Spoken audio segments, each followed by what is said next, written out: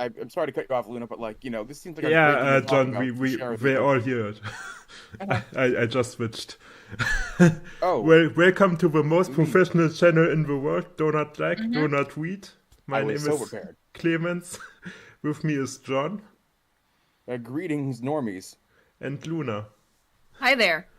So what I was saying before we properly went live is this story is answering a lot of questions I had about Night Watcher, which is essentially especially reading ahead, the question is why doesn't Bean just go to the police when things start getting weird, and why is Bean like the instant they're like, hey, we call God her, he's like, no, zero tolerance policy. I will not even entertain this for a second. Like this really puts a lot of like a lot of Night Watcher Bean sort of actions in perspective, because like he's still kind of deranged, but you read this and you're like, huh, you know, got it, maybe It's he's like still a bit. it's like watching the movie Joker. You don't sympathize with it, but you understand how the hell he got from point A to point B. It's more like my mom told me how like growing up, one thing that she really frustrated her about her parents is that her parents, no matter how far the food was past the expiration date, they would not take it out of the fridge. They're like, oh, you can't really you can cut the mold off, or it's fine, it's still good, to the point where like my mom, like at her own, like on her own volition, would have to like go through the fridge at night, because if her parents caught her they'd get very upset, and she'd have to go through the fridge at night and like throw away expired things herself, because if she didn't do it, the stuff would stay in the fridge and it possibly get fed to her. And she talked about how like she was always, her parents like act like that, and how it was always like very very frustrating from her. And then mid conversation, like I could see like the light bulb like flick in her head, because she paused mid conversation and went, wait a minute, my parents grew up during the Great Depression and World War II era rationing. Huh. Yeah. And sudden that's what it is. Like you read Night Watch and you're like, oh, that's why Beanie's like that. That's why he doesn't respect women. Like that's why he's so deranged, because like he's been the thing with Night, especially reading Volleyball, is it's not that Beanie's deranged and over freaks out about things. He does it to an extent, but part of it is because like he's in a place where like a coach can just threaten to kill him in front of witnesses and nobody does anything. Like I would be a little bit unhinged too if that was the sort of environment I was in. It can't 100% it can't be 100% explain why Beanie's like that, but it does provide some context about the place that he's in though. Gotcha. Yeah. This honestly, this boy needs psychological help.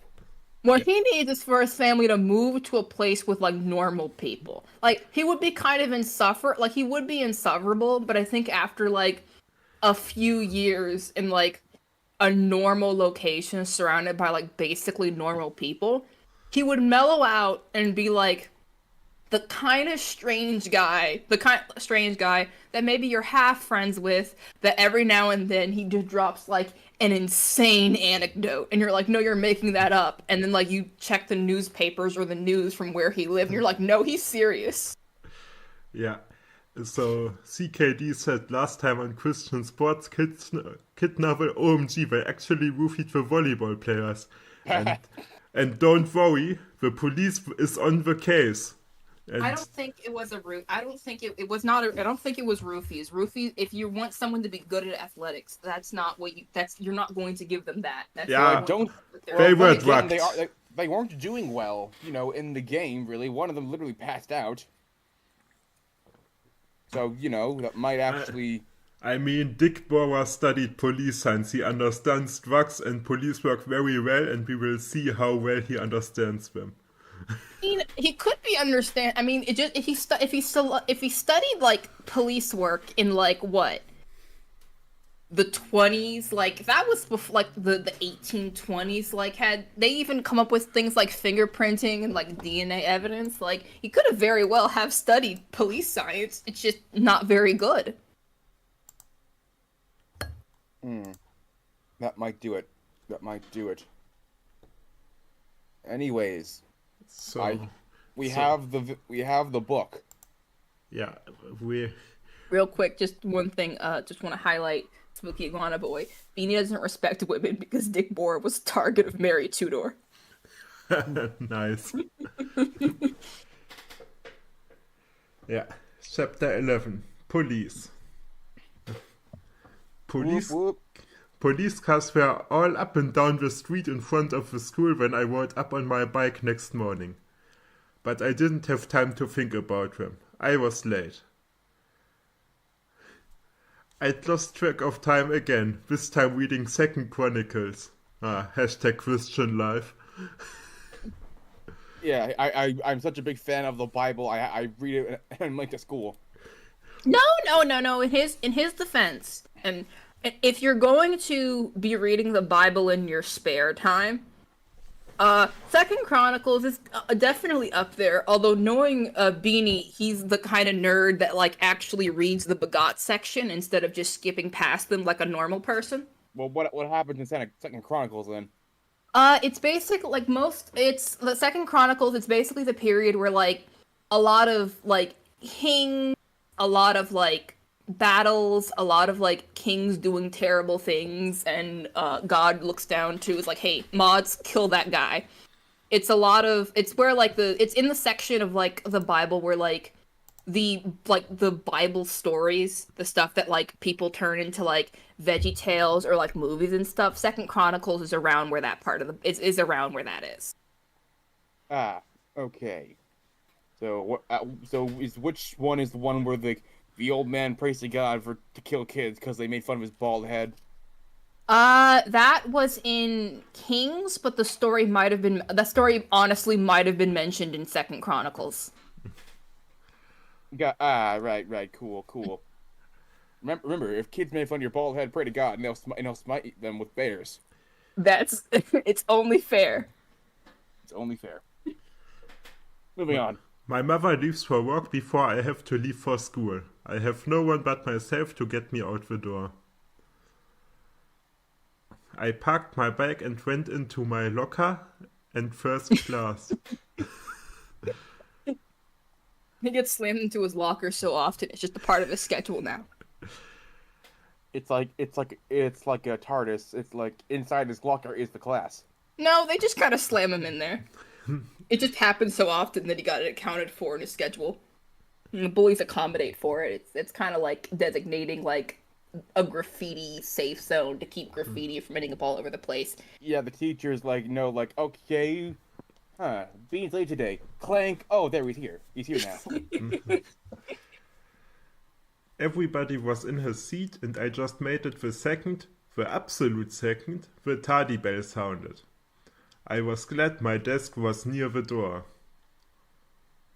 The teacher gave me a look and said, Page 167, please. Everybody turned to the page and we settled down to business. And then the class phone rang. Mickey. The teacher said that was his first name. You're so fine, Mickey.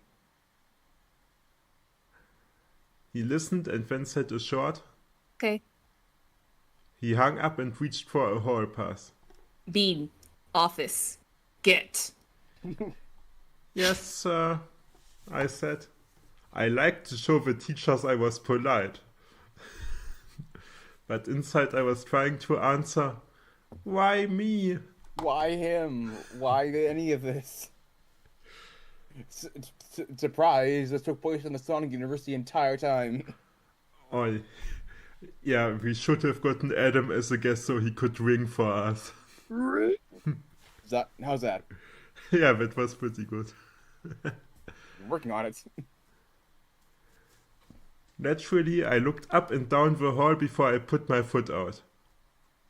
I never knew when Jennifer might be trying to call me into the office so that Grunt and his muggers could throw me in the dirt out in the halls.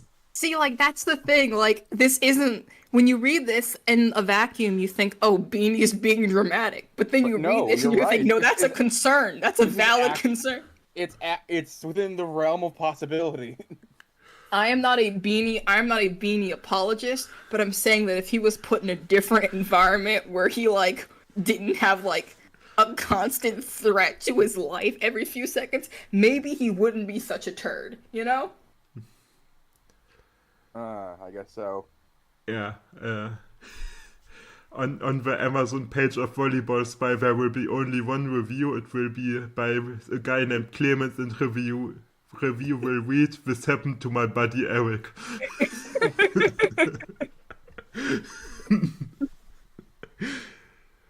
But nobody was there except the student hall monitor who looks at passes. Jennifer didn't make any cracks either when I got to the office. You sick or something? Wait, no, that's not my line. Sorry. You sick or something? I said to her. She wasn't saying a word, and she did look sort of grey. You can go right in. Mr. Scruggs' secretary said. Mr. Scruggs was sitting behind his desk. Several police officers were sitting and standing near him. The secretary followed me in and sat down near the door. She had a pad and a pencil in her hand. I hesitated. You called me? Palpatine, here we go. Yes, Bean. Come in. Mr. Scruggs said. Sit down, Bean. He motioned me to a chair in front of his desk. He turned to a policeman. Officer, this is the boy. Okay, police officer. Is that not a sign? Oh no, that's That's Walt you. James. I'll take one of the police officers. You've had a lemonade stand for the volleyball girls. They call it Bean's Canteen. Yes, sir. You, John, another officer? I still think it's the same officer. No, it says another officer. Hang on. This is a boy. Bean's Canteen, yes, sir. I'm sorry. Hang on. I'm looking at the stream right now. I'm looking at the book. Maybe there's a discrepancy there. Oh, It says, officer, this is the boy. Turn to a policeman. Officer, this is the boy. Then it's like, you've had a lemonade stand. Oh no, I'm dumb. Oh, you like sports, do you, Bean? Another officer said. Oh, yes. Bean has a very fine mind. Which I Mr. used my completion of the Death Star. Mr. Scruggs told the man. He helped us figure out what was going wrong with our football program last fall. Without him, we wouldn't have had the state championship. I smiled humbly and looked at the rug. It was then, out of the corner of my eye, that I saw the secretary was taking down every word on her pad. Why would she do that? I wondered. You really want Sunny Hill's team to win, do you? The officer asked. Oh yeah, I said. I'll do anything I can to help them win. The officers looked at one another. Anything. Sure, why not? Mr. Scruggs asked me to help figure out why the girls were losing in volleyball. I was his personal representative to the team as well as a reporter for the school paper. If I can help figure out why they are losing, why, I'm glad to help. Mr. Scruggs knows that. You really think it's important for the girls to win? Well, that's what sports are all about, I said. You have a winner and a loser. I can't see going to all that work and thinking you are just there to play catch.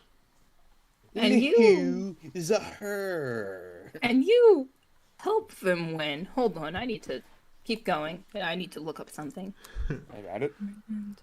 Well, they like having me around. They called for me to come sit with them on the bench yesterday. Ruby called me their lucky charm, but I don't believe in luck. You don't? No, I believe you trust the Lord. Luna, do you want me to feel this The one? Lord.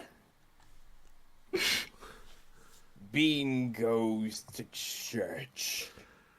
You will never find a more wretched hive of scum and villainy. Mr. Scruggs told him. You know the Lord. You'll be seeing soon. The officer asked. Oh yes, I do. Do you? He'd asked me a question only Christians asked in that way. I guess I sort of lit up. Bean, if you talk to the police, you don't need to convert the officers. You don't need...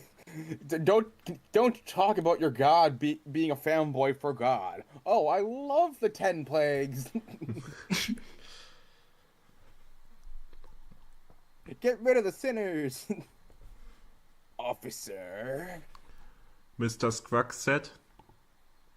We're getting off the track. I'm so old, I don't say off track, I say off the track. I have to be specific.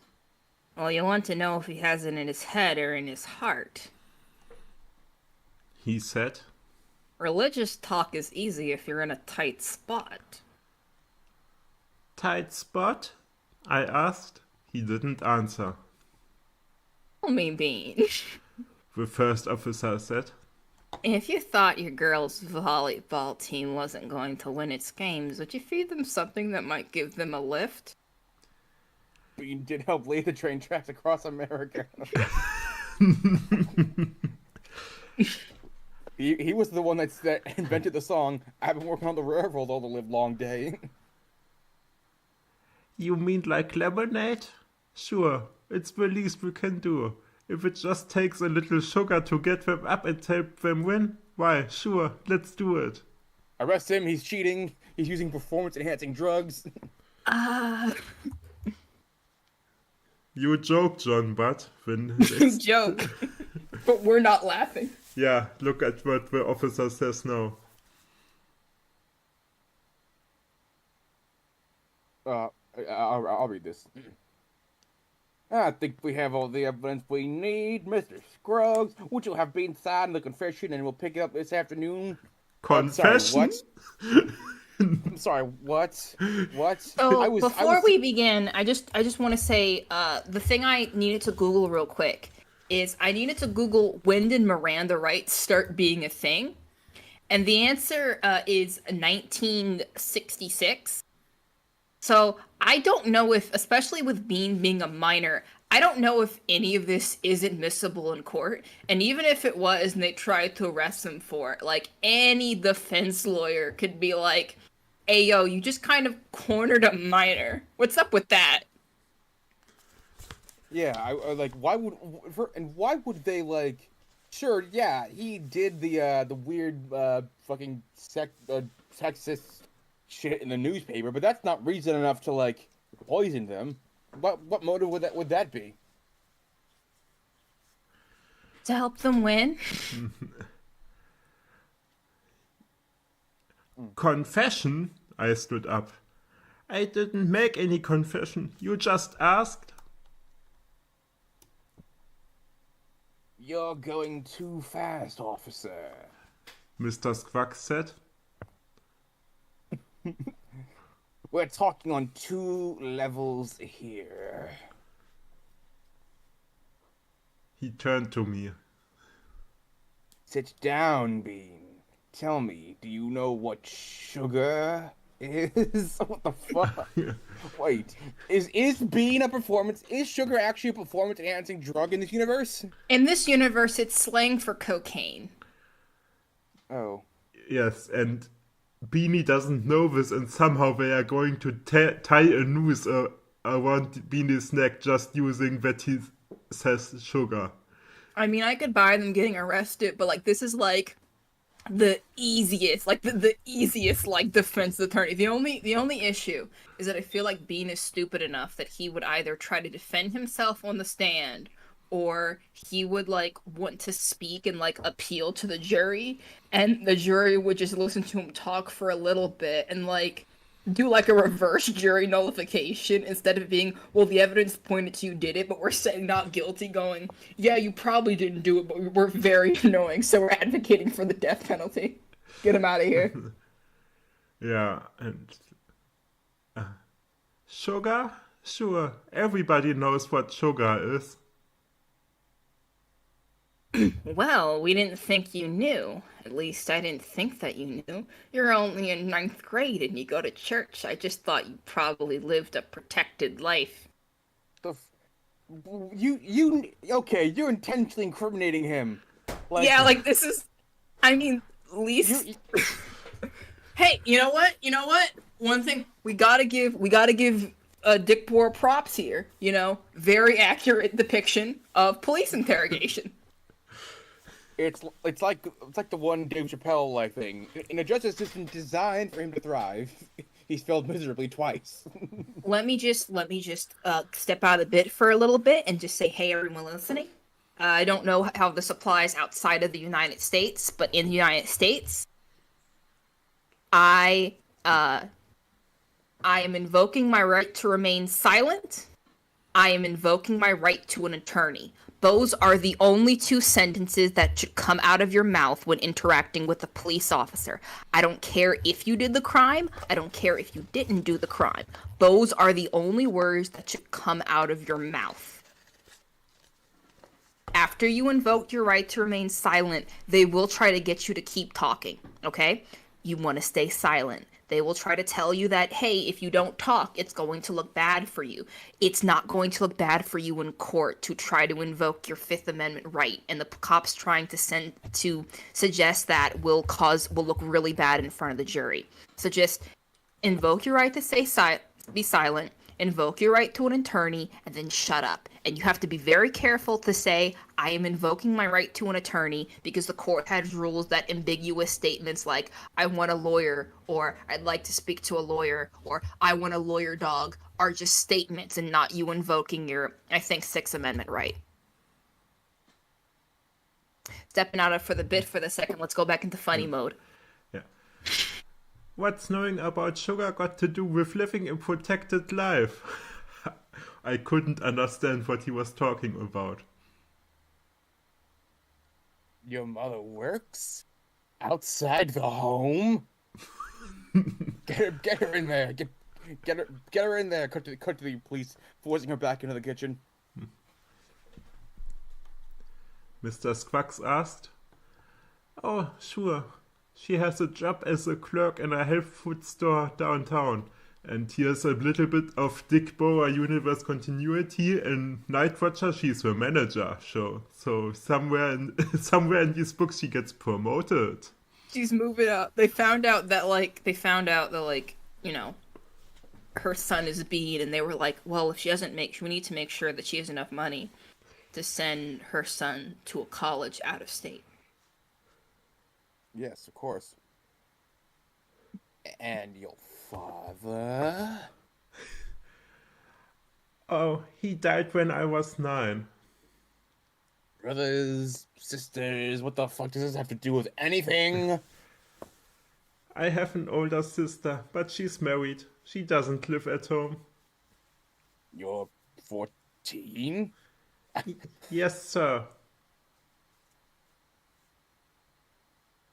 All right, officer, I have no more questions to ask him. Do you? Now we're satisfied. We'll be back to press charges later this afternoon. If you have him ready, we'll take him on down. You might notify his mother.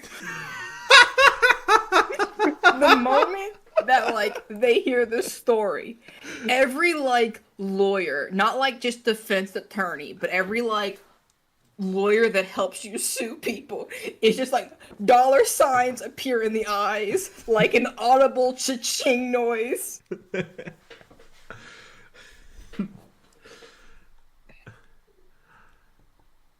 What? And now my line. What? I wasn't. I wasn't getting something straight. Did you search his locker, Mr. Scruggs? The officer said, ignoring me. Sorry. No, we didn't. My secretary will get you the combination. Search my locker? Not a question. He's saying, search my locker. Search my locker! Yeah, hooray, do it! I'm having fun right now. Empty your pockets on the best death team. We want to see what you're carrying around with you. The officer said, my pockets? What's all this about? Your pockets. I emptied my pockets on the desk. My yo-yo, my skate key, my used paper handkerchiefs, 2 sticks of gum, a marble, a ballpoint pen. In case you were curious, yes, legally they are allowed to do this. Your Fourth Amendment rights do not apply if you are a student on student grounds, according to TLO versus New Jersey, which was a court case that was came out in 1985. Now, considering other things Bohrer has done, I'm not sure if he was aware of that, because I think he's mentally stuck in, like, the 60s, but the cops are allowed to do this. One officer left the room.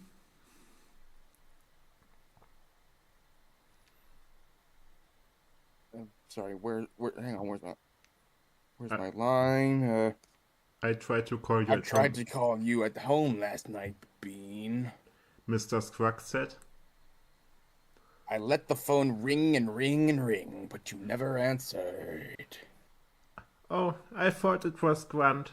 The last time he was mad at me, he called and wanted me to meet him down the corner so he could beat me up. I didn't want to talk, so I didn't answer. Didn't you think it could have been someone else? No, I never did. Why? What happened? I wanted to talk to you about Tina and Lizzie. They were really sick. I was there. But what's that got to do with me? The only thing they both ate or drank was your lemonade.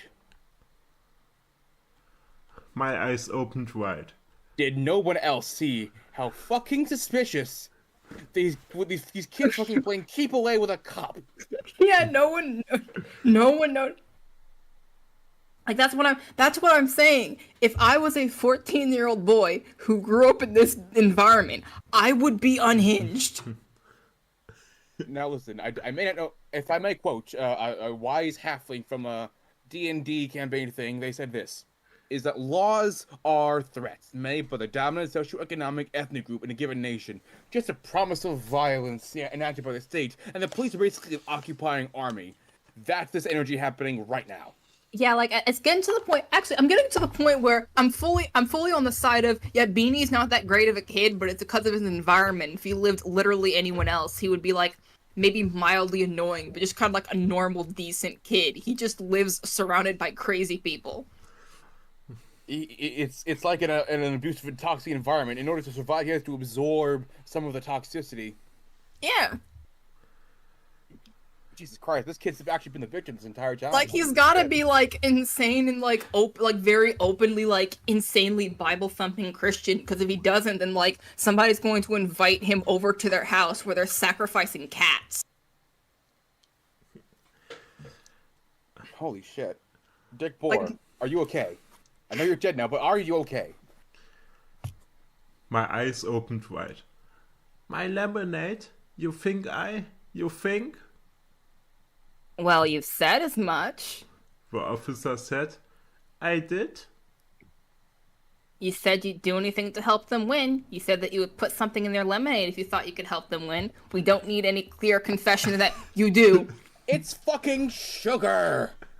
I mean, You literally, like, you heard the ambiguity and decided not to clear up. Oh, you're referring to the chemical that makes things sweet, not like the street drug. yeah, You maybe incriminated this kid to make him a patsy. maybe cops are lying to the. I mean, it is a thing where like cops will like lie and say that we have you dead to rights, even though they don't know anything, so that you like actually like give in and like confess like a murderer in an Ace Attorney trial. Maybe they're trying that strategy. But you do need a clear confession in that. Also, you have not read this kid their Miranda rights. Nothing on that little scrap of paper the secretary's got is admissible in court. Honestly, I gotta say this right now. Regardless of my opinions on this book, I do not trust police. I do not trust them. And I grew up. I'm a white ass privileged Disney white boy, motherfucker. Okay, and even I don't fucking trust them. Yep. No, you shouldn't. Not in our current system. Hell yeah. I frankly don't think, like, I think even if you say it like the police gets bonuses the more people that they arrest if they meet quotas, which gives them incentive to like arrest people for things that like really aren't worth getting arrested over and making up stuff if they can't find anything. So that should be reason enough. You know, actually, real talk. Actually, person that used to own the deli nearby, they had a kid. They had an adult autistic son. He was having a meltdown tantrum thing, and she called the police to try and calm him down. They shot and killed him because he had a tantrum. Yep. Basically, they couldn't think of any other means of de-escalation. Yep. Wow, I did not know DLDR would take the stance of anti-cop, but here we are. And that's not the only time that's happened. It's Like probably it's not. it's In happened my like hometown. it's happened several suburbs, times on that's right, several as well. occasions because police aren't taught. They're not only not taught de-escalation, but they're penalized for attempting it. From what I'm told, they're taught shoot them or die. That's what I believe, right? Yeah, and they're also taught if you attempt to de-escalate, then you should be penalized because you are putting your fellow officers in danger. Like, it's a big mess. Anyway, DLDR says ACAB. Let's continue.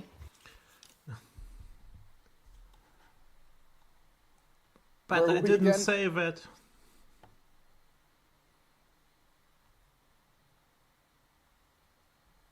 I asked We the all secretary. heard you, didn't we, man? Ooh, ooh, ooh, ooh, ooh. They all nodded yes, even Mr. Scruggs.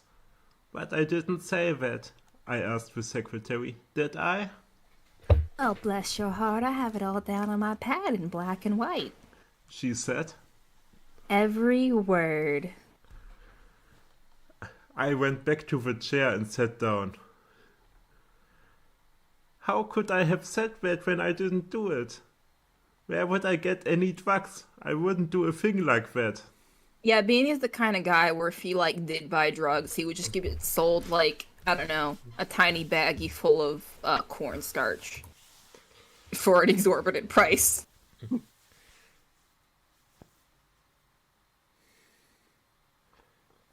The officer that went out came back in. I guess he went to my locker. He slapped the desk and took his hand away. 3 red capsules lay on the table. The men all stood Okay. up. What does that prove? What the fuck does that prove? I mean, I guess finding the drugs in the locker. Do they even know what the fuck they are? You know, why not have at least a chemical test of what these pills actually are? For all I we know, mean, they yeah. could be Advil. But also, like, him just holding them in his hands like that, like, the chain of evidence is fucked.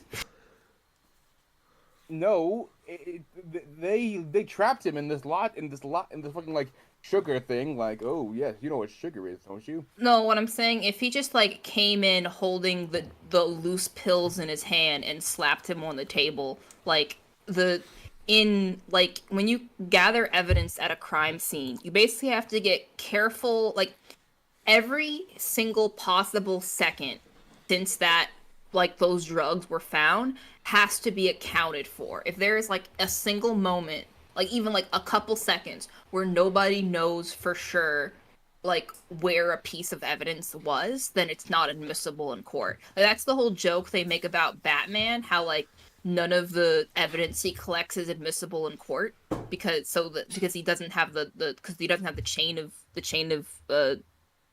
like the chain of it's the chain of something, chain of evidence, chain of not chain of it's something that needs to be tracked of that I don't think that slapping down some 3 pills you had in your bare hands accounts for. Like either it was in a baggie, either it was 3 loose pills, which means nothing, or it was like in a baggie and he took them out and slapped them on the table, which makes it worth less than nothing. Beanie's defense attorney is gonna have a field day. Yeah, but Beanie doesn't believe in attorneys. He will just pray to God to prove him innocent. And then God will answer his prayers with a public defender on like 3 fuck. hours of sleep. I skimmed ahead in the book, and the reason is fucking stupid. Yeah. Yeah, that was why at the end of last stream, when I happened to read ahead, I was so speechless. I was barely aware of you guys talking. I read further ahead. Yeah. And the fucking holy shit. Yeah. Yeah, but the man all stood up.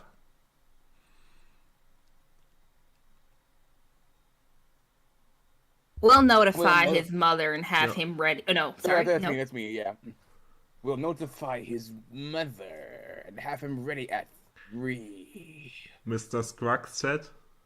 Bean, you can go back to class now. Reporting after the final bell. I guess I'll just trust the police officers at their fucking word, I guess. I didn't... The man Why aren't they arresting him now? Yeah. The man shook hands and left.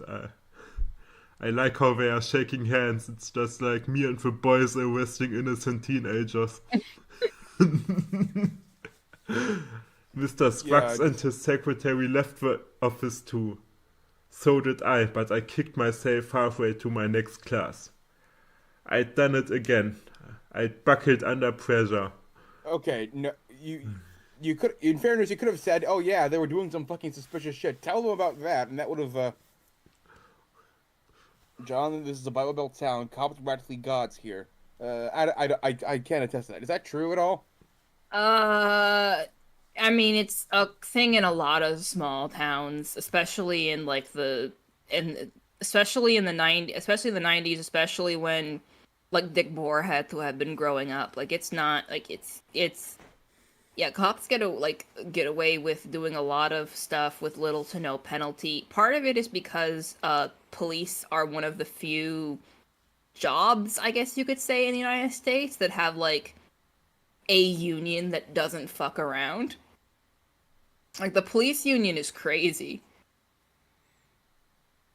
It's the only job, like thanks to the police union, it's like the only job where like you can literally get away with murder. Like it's insane. But yeah, it's bad. It's real bad. Abolish the police, legalize all crime in this country. I mean, never mind. I'm trying to lighten the mood here. I didn't expect this to be a PSA corner today. I cannot stay on this topic for too long because words will start pouring out of my mouth. I will not stop. This will become a video essay. I'm bringing out the rant. With my left hand, with my right hand, I'm typing. With my left hand, I'm furiously doodling my rant sona. Arms crossed and everything. This has been a PSA corner. Don't trust the police. Why didn't I stand up for the truth? I wasn't the only one involved with that lemonade. Why was I always so weak? And why do I always have to think of what I should have said when it's too late to say it? I mean, to be fair, being the police brutality system has taken far many victims. You're just the latest in a long line of victims.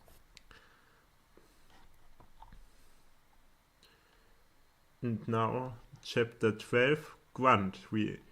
Oh, yes! I'm sorry, that was too much for me, wasn't it? Yeah, we had a chapter a few like last stream that was called Grant, and now we have Grunt.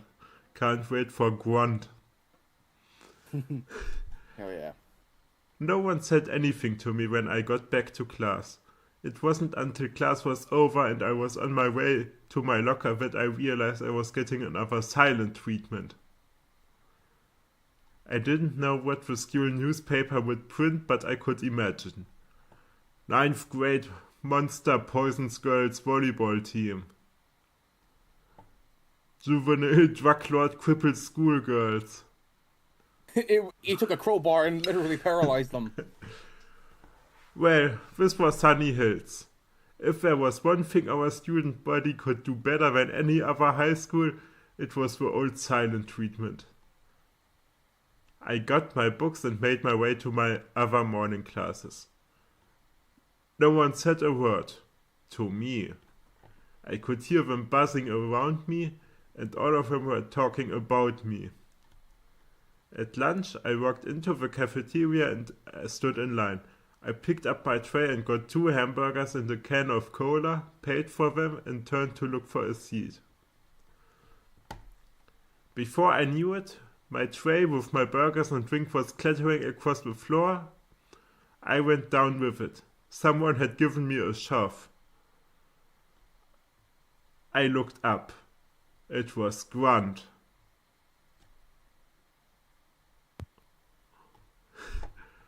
Oh god, it's him again. What's wrong with you? Yes, he's convicted because the police are monsters in the U.S.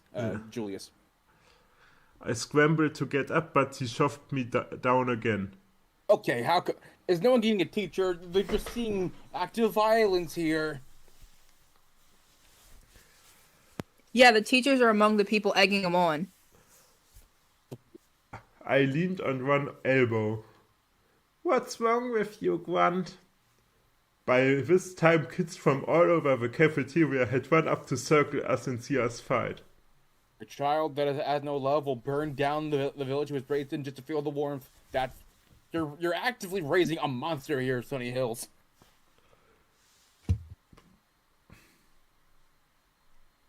You know, like, Bean's gonna be, like, given, like, his, like, when he goes insane, he's gonna be given, like, his tragic backstory, and he's, like, he's like, why are you doing all this? And he's just gonna go down a list of, like, stuff that happened in his childhood, like, and that was just the 7th grade. People are like, huh. It's like Batman coach shows up, and he's like, and then he starts monologuing, and then he's like, do you want to just carpet bomb that town, or... Just wipe that off. Wipe the slate clean. Cleanse it with fire. Okay, these are now the kids in the cafeteria. Get him, Grunt! Beat him up, Grunt! Make him drink his own punch, Grunt!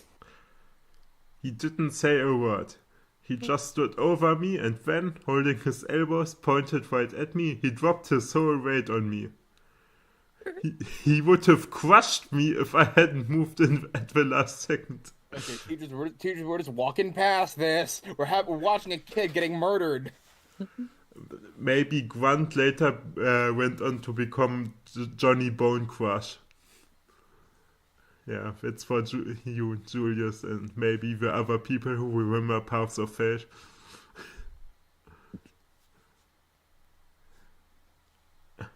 I dodged the elbows, but his hips knocked the wind out of me. And when I saw him make a fist and my stomach. Wait a minute, hang on. His hips made him? Oh, God. Oh.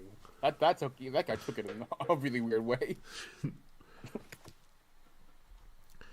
There was no way I was just going to lie around and let him maul me. I scrambled to get up and get away. My only trouble was that he was quick. He threw himself across the floor and knocked me down again. He was mad and I was getting mad. But I knew I had to keep my head. I had to be quick. He was 250 pounds dropping on my 98. And I was mad at the kids for egging him on and cheering. He picked me up and threw me down. This is just Beanie's villain origin Ending story. here, I realize What's interesting? fucked. What's interesting about this fic? Fic. What's interesting about It this might as well actually? be- it might What's as well be a interesting fic at about this this point. actually published work is so this isn't like the only bit of Christian literature will have like the main character being like persecuted and bullied, right? But in most like stories, the reason why the main character is getting like persecuted and bullied is because like I don't know, the kid was like, hey, like I'm gonna doing like a Bible study after school. Does anyone want to come I was with saying- me? I Or was they're saying that like, Jesus was like doing a thing back in the day. or like, hey, I think it's really neat that like I was looking at like money, and I think it's really neat that we've got "In God We Trust" written on the quarter. It's really cool, and like gets mauled because of it. But I think this is one of like the few one of the few times where like the reason why he's getting like it is nothing to do with religion. It's completely unrelated to religion. Like he's like he's gonna grow up, he's gonna have a persecution complex. People are like, you're not persecuted. Like, why do you think you're persecuted? Because you're a Christian in the United States. Like, you're not persecuted because of that. And he's gonna be like, no, because in the 7th grade, several people actively tried to murder me and nobody cared. Yeah, and Jim was just there in the cafeteria commentating about how Grunt is fucking up Beanie. Nice. I cracked my wrist as I tried to break my fall. It hurt. I knew he was going to drop on me again. I could feel him coming. I rolled out of his way, and his elbows shut hit the floor with a crack. John, no. Oh. You're a child. His jaw came right after them. He was... Oh. Jonathan. You wanted this. I didn't bring like this voice. I was not there for chapter 1. I wasn't there to tell you no when you started the voice. Oh no, that was Punchy, right? I forgot. You can't tell our voices apart. I'm sorry. Next, you'll be saying you can't tell anyone else in the chats in the call's voice apart. Isn't that right, Stannis? Yeah. Yeah, this was actually more fun. But actually, I have a question. How the fuck? I was meant he to just, say like- Julius, but I got the voice mixed up again. Fuck. Oh, glass houses. Oh yeah, I mean, Adam's comment brings up a good point. The fighting here is more fun, but I have to ask, how the fuck was he fighting to the point where is he just throwing his body at him the entire time? Is he just like doing a prong attack with like his elbows are out and then his chin is like. It's like Billy Bust Up. He's attacking to the tune of the background music. Beanie's just not paying attention. He was stunned. I leapt up and ran for my hamburgers. As John, I need you to look in the book. And is this away from his hamburgers? No, he ran for them. Like he ran to grab them. I looked up and ran for my hamburgers. That is what the book says. Okay, I didn't read the next line. It just seemed so nonsensical to me. I put one in my pocket and stuffed the other in Grunt's open mouth. Yep, it says that in the book too. Yeah, okay. What? That's a weird attack. It's a distraction. I scooped up my canned drink and pushed my way out. I heard a lot of screaming and shouting, but I had to get out of there before Grunt got to his feet. I flew down the hall and out the door. I went to the classroom building and down the halls till I got to the Chronicle office. Grunt might not think to find me there. If he did, I could hit him with an iPod. A what? Or my What's can the book of say? cola. What's the book say? Hang on, sorry. I'm sorry. I heard Pine. Grunt to his feet. Sorry. What line? If I could hit.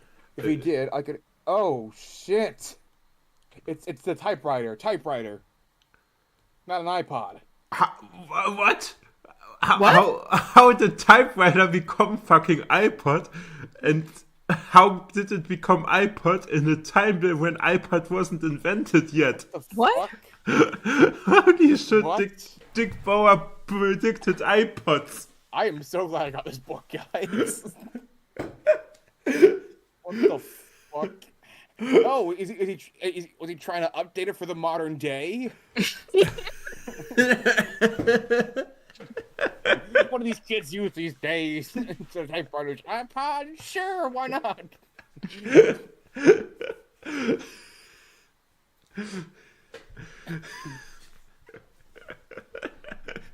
What the fuck happened here? Nostradamus.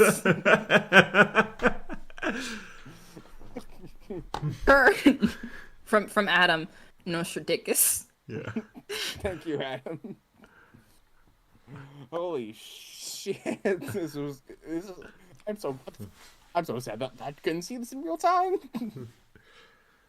I slammed the door and sat on the floor in one corner, out of sight of the window in the door. Kim was the one I gave a transatlantic accent to, right? Like the old-timey voice? Sounds about right. What's wrong with you? Kim was eating at her desk. Fight. You, the bean pole? You gotta be kidding me. You'd pick on a blade of grass like you.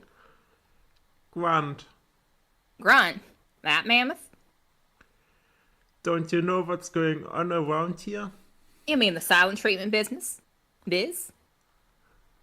Why do they do that to me? You deserve it. What? You deserve it. We all saw it. It said Bean's Canteen. You served poison punch to our championship team, and you're not the only one who thinks, you're the reason why we haven't won the game this year. But I'm not like that. You know I'm not like that. And they do too. My golems showed how gung-ho I am over our team. yeah, save the money on girl sports and give it to the boys. But I didn't make that lemonade.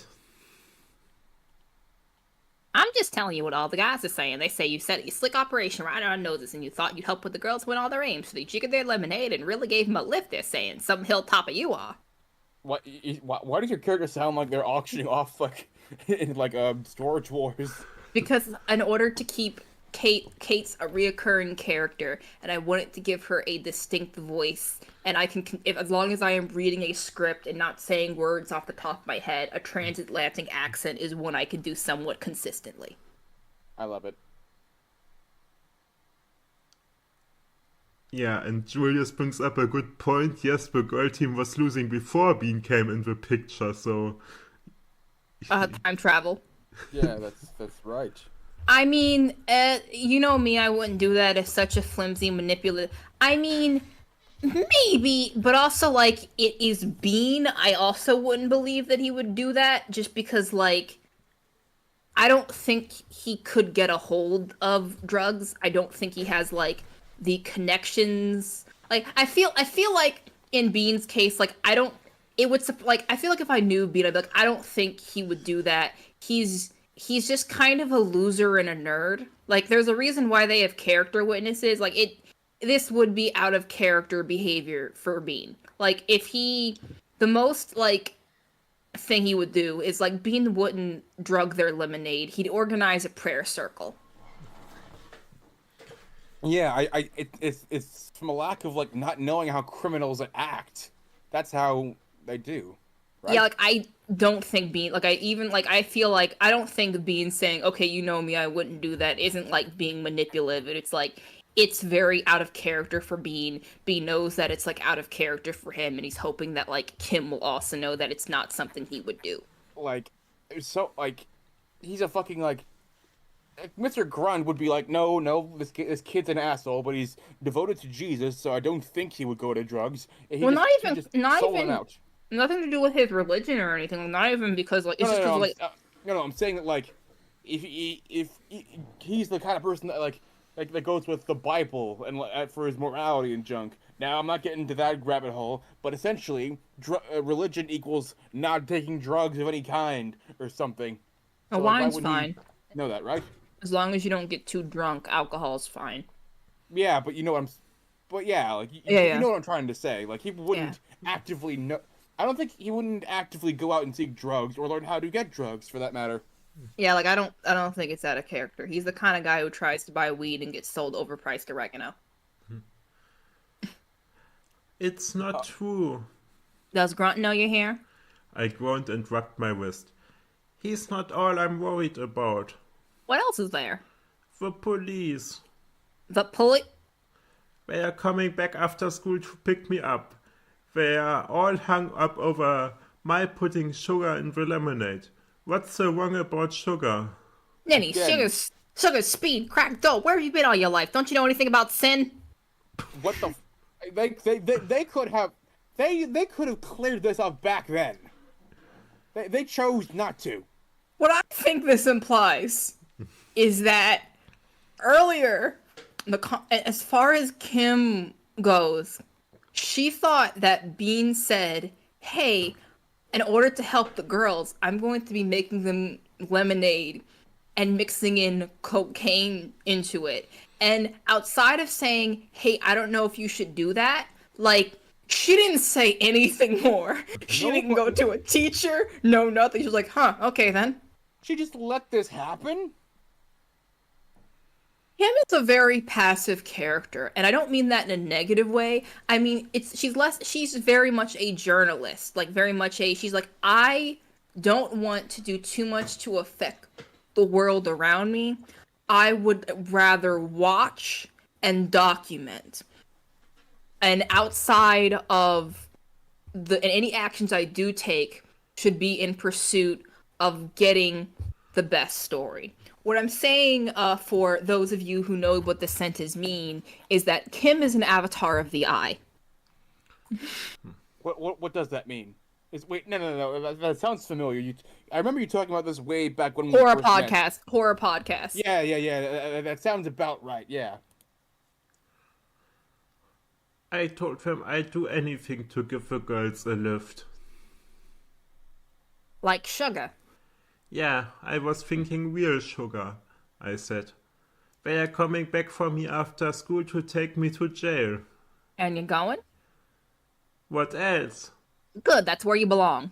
Hey. Well, hey, you're blaming the victim here, okay?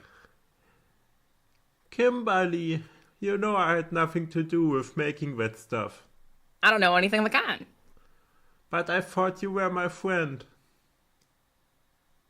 Think Grunt will find you here? She asked. I hope not. I rubbed my wrist. It still hurt. What'll do if he finds you? She took a bite out of her sandwich. Hit him with a book? The door crashed open. Where's Bean? It was Grunt. Bean who? That Kim. I'm just a caveman. That Kim. Doesn't say that's. Doesn't say. No, that's something. That is a something you'd refer to like that. Like saying like that a person's name. It's sort of like saying, "Yep, that's the kind of person she is." Oh. Like she will make like she makes fun of Kim. Like, yeah, you're going to jail. But the moment someone comes in wanting to like probably kill Bean, she's like, "Bean? Who? Oh. I don't know that. I don't know anyone named Bean." Yeah. Kabonga do. She just looked up at him with big teasing eyes as if she'd never even heard of me. I scooted low on the floor, but I could see them all through the desks. When you got Max Steel at Skyrim. Bean who? Don't give me that trash. Well, he was here this morning. Did you want to leave a message? She was talking sweet as honey. He hesitated. You tell him I'll skin him alive. He thinks he's so smart. He thinks he can write anything he wants, say anything he wants, do anything he wants, and drug anybody he wants. Well, not anymore. You tell that jerk when I find him, I'm going to break his head. He leaned over the desk and leered at Kim. And if I find you set him up for this, I'm going to be so naughty. You're going to wake up some morning with your chronicle in a rope around your... What? Okay, whoa, backing the fuck up. Are you gonna keep the Backing voice? up. You're threatening to murder somebody. Yeah! He tried to kill Bean earlier! What the fuck? Like, that is why I'm saying, the more I read this, the more I'm like, hey, you know what? Being, to me, there's a certain tier of characters where arguing about their motive and their actions is very difficult because you gotta think about their background and what they've been to. My point is to me that Beanpole Spencer is occupying a similar part of my brain that Vriska Circuit from Homestuck does. Bean is my Vriska. CKD says, man, Bean really had no chance, did he? No, he didn't. Yeah. He didn't. Right, back to the horny freak. You keep your drugs out of our sports, you hear? And you of all people, Kimberly, you were one of us. You were meant to save the force, not join them. I forgot the line. He went out and slammed the door. Oh, I wish he hadn't. That's Southern. Oh, I wish he hadn't. No. Hold on. Hold there. Oh, I wish he hadn't. Hold on. Oh, I wish he hadn't. Oh, I wish you hadn't gone out. Oh, I wish he hadn't gone out. I was just about to ask him about the drugs in your locker. He looked so angry, he might have told me the truth. That's not the right accent. Wait a goddamn minute. How the hell does she know about that? I mean, the cops were probably not quiet. They just kept bro high-fiving like, yeah, we got the drugs. We gotta ruin this kid's life. Sorry, I read ahead. Yeah, You were meant to bring balance to the volleyball team, not drug them. I read ahead. This story's insane. I just slid out flat on the floor and lay still. Bane? Bane, you dead. She came over and nudged me with her foot. I might as well be with that elephant after me. I sat up when I stood up. That was my mistake. The door crashed open again. Gwen stood there grinning. I knew you were in here, you skinny squirt. What I'm looking like sort of body type wise.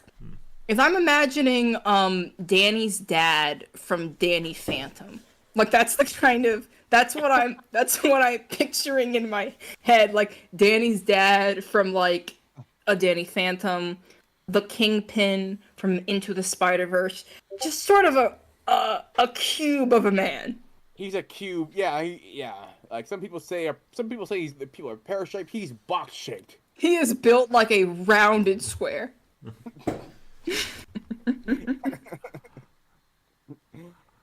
very hard for him to touch his toes like that. Oh, hi, Grunt. Looking for someone? I said. And then, over my shoulder, I said, say, Kim, turn on the tape recorder. Let's ask Grunt some questions while we got his attention. Okay, sorry. I got a couple of tables between him and me. Okay, Bean. See, that's smart, because now he's gonna be less likely to, like, verbally threaten to murder him. And also, he's probably not going to try to kill them when they have it on tape. I mean, again, recording stuff from your end can only protect you. Hey, some more interaction with police advice. Good to know. All right, sweet. You were meant to bring balance to the volleyball team, not drug them. It's a great line.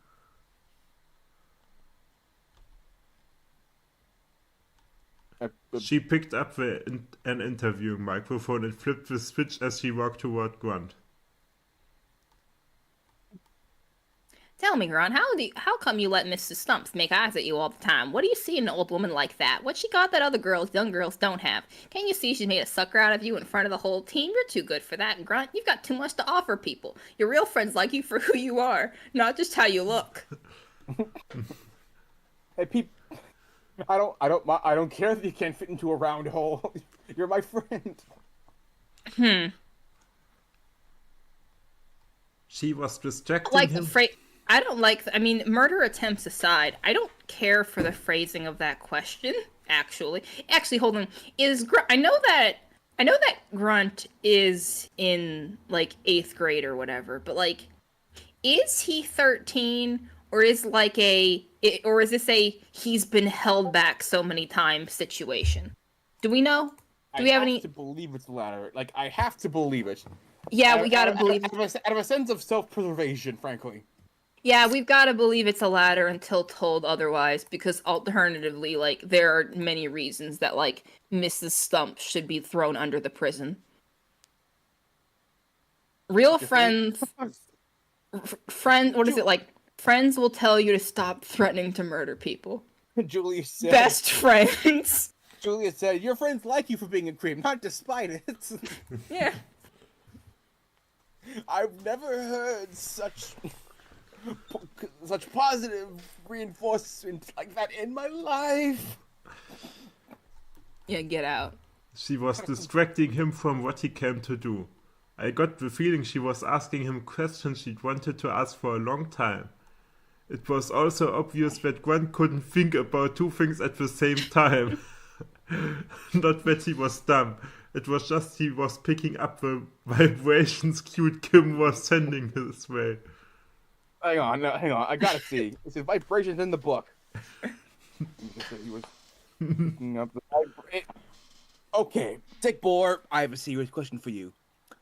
Why, in the year 1991, would you believe that people would say, "Oh yeah, this girl's I'm picking up her vibrations, man." You know what I'm saying? And people did say vibe. Like, people did say vibe.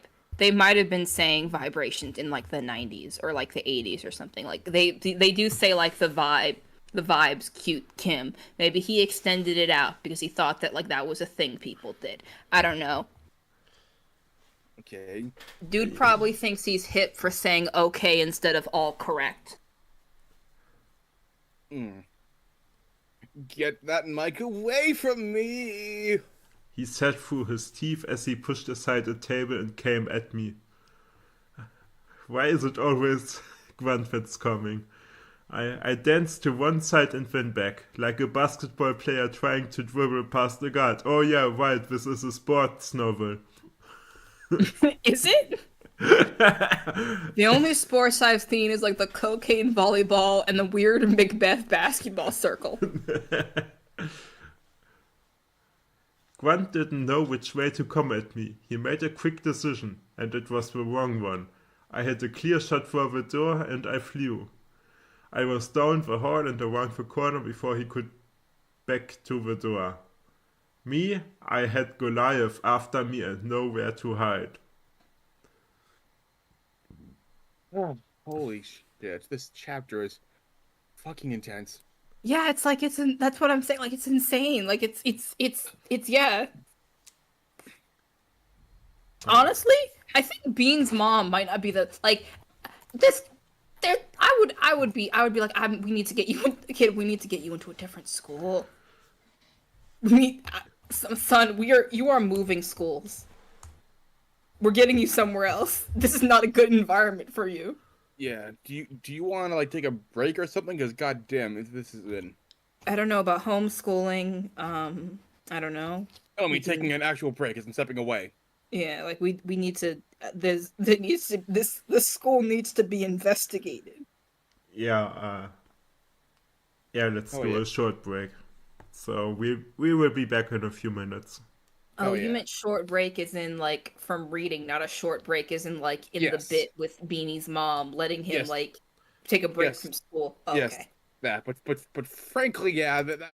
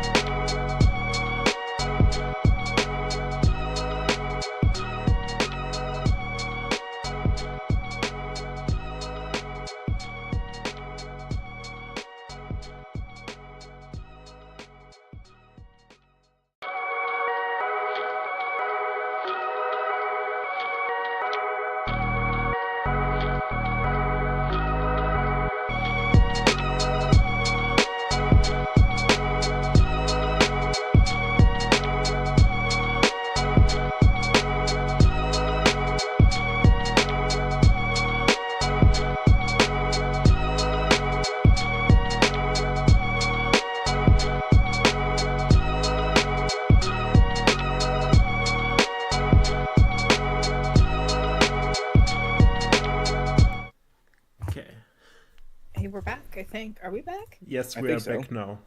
We're back, guys.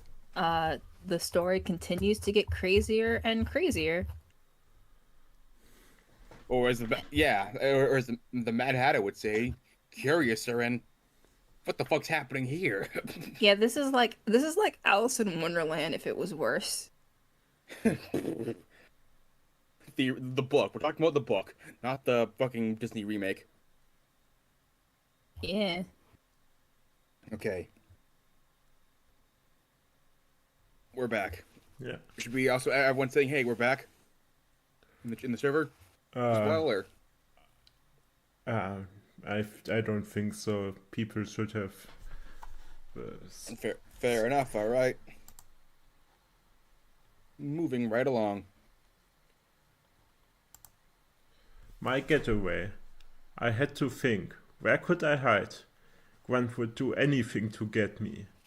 I had to find the keys to this whole thing. Why were people blaming me for something I never knew existed? Because laws are threats. Deep down, that's what they are. I mean, that's not why the people are there. I was referencing my earlier spiel that I stole know. from somebody. I know. We have a state monopoly on violence. Hooray! Yeah.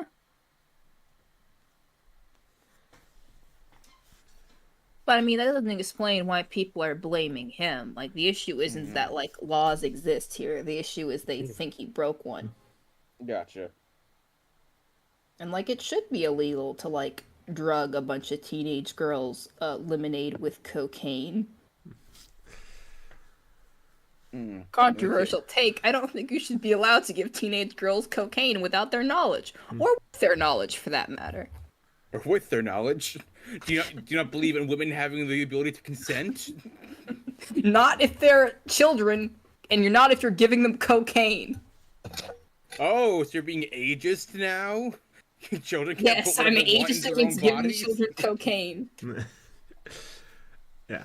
I had to get through my classes in one piece if there was going to be anything left for the police to take away. He's not the thing that's like so crazy about reading this book is like any other book, Beanie would be being over dramatic. But he's not being dramatic. If anything, he's surprisingly calm. I mean, like, he is just observing the reality around him. Yeah, he's inconvenienced by the murder attempts, but he's not horrified by them. Like, this isn't like an event that happened out of nowhere. This is like realizing in second period you have a test fourth period and you haven't studied at all for it. It's annoying and to be avoided, but it's not like a serious, unusual thing because Bean lives in just a wild world. But I had to figure out why they were after me. I decided the best place I could hide would be in the middle of as many people as I could get around me. I went to math class and just sat down as if this were any other day. It wasn't any other day, and all the kids knew it. You can't keep a major fight between a football hero and a skinny 9th grader a secret. Especially when David stuffed his hamburger into Goliath's mouth. Hell yeah. I need you, man, I told the guy sitting around me. He's out to get me, and he's mad. Yeah! They grinned. They liked this. As long as I was the one doing the fighting, they thought it was great. At least I got a yeah out of somebody. That was better than the silent treatment I'd been getting.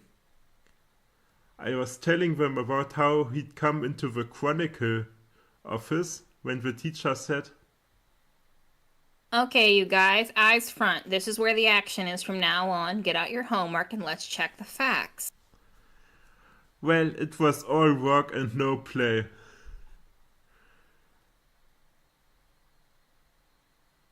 I'm sorry. You're up. What do you mean I'm up? No, I meant Clemens. You still gotta keep reading. Yeah. I did look out the door once to see if Grant was waiting. I saw some of his friends on the prowl, but I didn't see him. I groaned. I didn't only have to fight Goliath, I would have to find the whole Philistine army. Oh, When- damn. When the bell rang, I got in the middle of everybody else and walked with them out the door and down the hall to our last class, social studies. Grant's friends were all over. I didn't look at any of them, I just wanted to get in the door and into my seat. The teacher started the class and I sighed with relief. And then the class telephone rang. The teacher answered it. Different character. Diane, you're wanted in the office. That's the same cup. I'll use a different voice next time. Keep going. I'll Yeah. just use a different next line. I put my head in my hands and groaned, out loud this time. I'll never make it, I told him. They are out to get me. Who is nonsense, Mrs. Who is nonsense, Mrs. Scruggs isn't out to get anybody. Now you get along and get right back. I have a quiz to give, and I don't want to have to give it twice. What could I do? Could someone go with me? I asked him. Tommy? I picked the biggest kid in the class. Get out of here, Bean. The principal is waiting. Tommy, sit down. I'm going to say this. This is a really bad teacher. Because, like, it's... Because there is no way that after getting, like, thrown to the ground and attacked, like, Bean, like, his hair probably looks whack, his shirt scuffed, his body probably bruised. Like, if I was, like, a teacher... and I get a call, like, hey, come down to the office, and, like, the kids start shaking, I feel like, as a mandatory reporter, I'd be like, hey, what's going on? And if the kid's like, okay, but I'd like to have, like, a kid, someone come with me, it was, like, the biggest kids, like, maybe it could be the kids faking it, but that would at the very least make me pause and ask a question like, hey, kid, what's going on? Especially if I know that, like, I work at, like, a school where, like, people murder people. Like, even if I'd heard about what happened, like, if the kid that I heard just got jumped at lunch was, like, really nervous about going to the principal's office, like, I would at least, like, ask some questions. Or maybe even if I didn't take the kid, like, as seriously as I should, I at least would say something like, well, you know, he's probably there to, you know, you got jumped, to, like, talk to them and, like, you know, figure out what happened. Like, there's just a level of callousness only ever seen in fan fiction doctors. I walked slowly to the door and looked out, both ways. I could see Grant's friends at both ends of the hall. I turned around.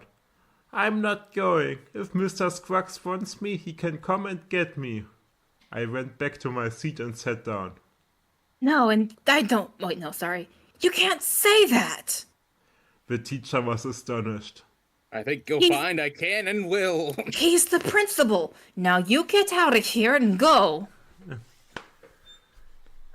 No, I don't mean to be disrespectful, Mr. Kramer, but I'm not going to go. Like, and it's also the fact that, like, Beanie is, like, the most weenie, overly respectful of, like, authority. Like, if I was the teacher, maybe my first assumption wouldn't be he's going to get jumped in the hallway or something, but, like, my other assumption would be, I'll be like, hey, is there something going on with Mr. Scruggs? Like, the fact that the teacher is just ignoring these, like, obviously red flags is, like, wild to me. Like, you are a mandatory reporter. In all my years of teaching, you're the first... Would you call Mr. Scruggs and see if he really wants me to come? There's a girl in his office named Jennifer who hates me. She'd love to see me get beat up. Shaking his head, in shock, I guess, Mr. Kramer picked up the phone. Mr. Scruggs, please. He paused. Mr. Scruggs, it's Kramer. I have a student named Bean here, refuses to answer a call to come to your office. He wants to know if you called him to come yourself. Pause. You didn't? But the phone rang and someone told me you were calling Bean into the office. There was another pause. I see. All right, thank you. He hung up the phone. You were right. Beanie says there's unrest in the building, but he'll take care of it. There's no need for you to come. He didn't call you. Jesus Christ, what would have happened if I let you go out there? Like Holy fuck. you're seeing this. There's a problem at the school. Someone impersonating the principal and shit. Could you not tell the actual literal police? Like, what the fuck is happening here? You're seeing corruption happen in real time, and no one cares. Yeah, holy shit. I'm gonna have to think this over. Somebody get out the TV. We can watch Alvin and the Chipmunks, the Chris Columbus episode. I need to think this over. So someone get out the TV. We're gonna watch Adam and the Chipmunks, the Thanksgiving special. Hell yeah. No! But Mr. Kramer, I hate it when they do the turkey. Whoa. Fuck it. I don't care. I can't pronounce it. Phew. Some kids laughed, some sneered. They liked seeing me in trouble, and they were mad at me at what they thought I'd done to the team.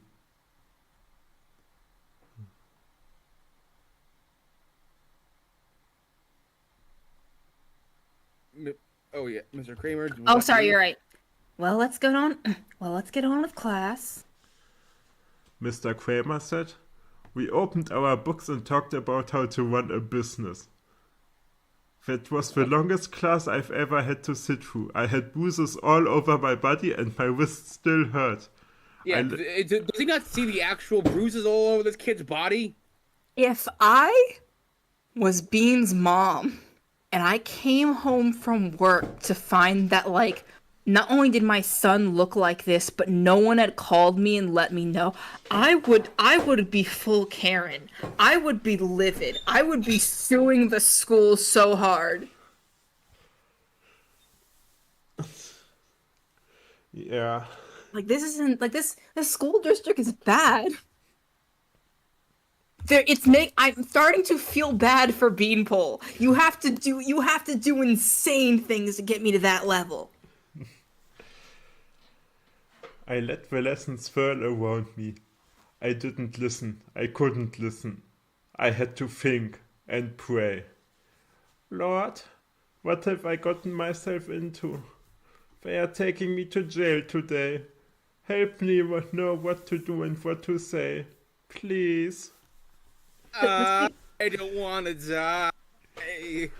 Sometimes wish I'd never. The thing that makes this so frustrating, it would be one thing if all of this was like the consequence of like the article, like if it was like the article, like if the article had come out and the crime that Bean was getting accused of was like somebody had sabotaged the girls' equipment, like somebody had like broke the volleyballs or like spray painted like rude things about the girls on the wall, then at least there's like a solid cause and effect of like Beanie did this and that caused people think they did that, so like you're able to kind of like laugh at his misery. But like in this case, like all the kid did was like, I'm going to do a nice thing for the girls and I'm going to get them lemonade because I think they have low blood sugar,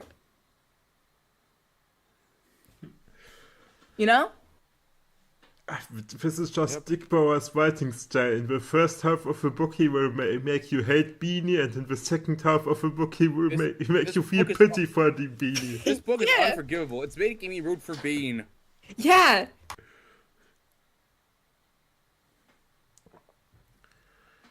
I knew when the bell rang that the police would be at the door. They wouldn't want to take any chance that I'd try to make a run for it. They would walk me to my locker. You better take your homework with you. One of the officers will say. You'll have a lot of time on your hands. Thanks, I'll say. I'll open my locker and see that someone has been scrambling around inside. We will get my books and walk down the hall to Mr. Scruggs's office. Kids will move out of the way to let us pass. No one will say anything. it will seem as if Tina or Lizzie has died and everybody but me has heard about it. Mr. Scruggs will be in his office when we get there.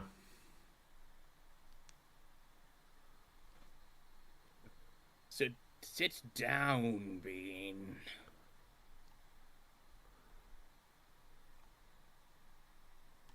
Sit down. Go on, yeah. Did you call his mother? One of the officers will ask. Yes, but she couldn't get off work. She said she'd be down to headquarters after 5. You have the confession? He will ask. Luna? Oh, Do you want this one? yes, I have it here. You will point to several papers on his desk and hold a pen toward me. Sign here. I know this is just a dreamscape, but now this is making me. I have a theory about why the police are acting the way that they are. I think the police know that Beanie didn't do it, and I think they know because I think that some of the kids from the Macbeth basketball circle are the cops' kids. That's how they got a hold of the cocaine in the first place. Like the police officer had brought home evidence of some kind. And the police don't want it pinned on their kid, both because it's their kid, and also it raised the question, well, where did he get a hold of the cocaine? And it'll be shown that, like, he's not handling evidence the way they're supposed to. It's a cover-up. You're putting too much thought into it. I think it's deranged enough. I think it's deranged enough for Dick Bohrer to do it. Like I think it's deranged enough that he would go that route, you know?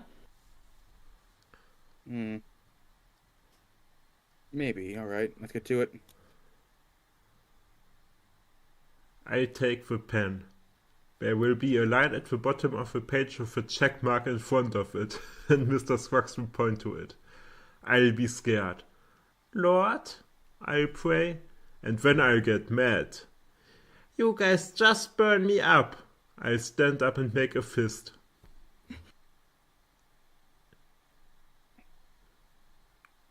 Sabine, those are police officers. Like that? Yeah.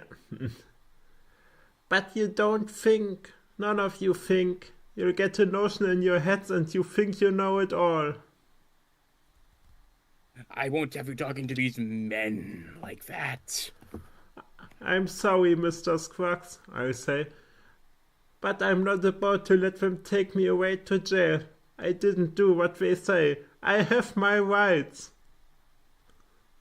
They'll take a step back when I say that. Look what you did this morning when you hauled me in here, I'll say. You got me talking about sugar in the lemonade. Sure, there was sugar in the lemonade. I was talking about real sugar and you guys were thinking crack, dope and drugs. You can't pin this on me. I didn't make that stuff. Why didn't you ask me where it came from and how it got in the gym? Oh, no. You had your little monster and you were going to nail him to the wall. Okay, take me to jail. Take me to court. I'll tell the judge what your guys are really like. I'll get this whole town laughing. You call yourselves detectives. I look around at each one of them and sneer. Why are we in like a in like an extended Scrubs like cutaway? You know what I'm saying? Like, what's the point of this hypothetical? Because he's imagining it in his head. I mean, good for him, but like, you could just like, hey, put this in a blurb. This could be one paragraph, or something like that. Not an entire fucking spiel. Maybe like Dick Bohrer wrote this as like what was actually going to happen, and then he realized that like it was really, really dumb. Like it wouldn't make sense, but like he really, really liked like the sort of like the sort of like badass like you can't treat me like this. you can't treat me like this. You know, I've got my rights. Like, he really liked that little speech he wrote for Beanie. But he realized he couldn't. So he was like, oh, well, I'll just have that as part of like an extended dream sequence. So that I don't have to get rid of it. I can still use it. Cringe. This is cringe. Yes. Cringe, but free. You guys make me sick. Mr. Scruggs will burst out laughing. Okay, here we are. So I'm just going to start laughing. I told you guys, this kid thinks he's got you nice going, Bean. Good. Soon the son of Skywalker will fall. Yeah, this is Bean's dream sequence because in this dream, Mr. Scruggs will jerk his ego off and be like, oh yes, Bean, he really dunked on you. And then he hands Bean a crisp $100 bill.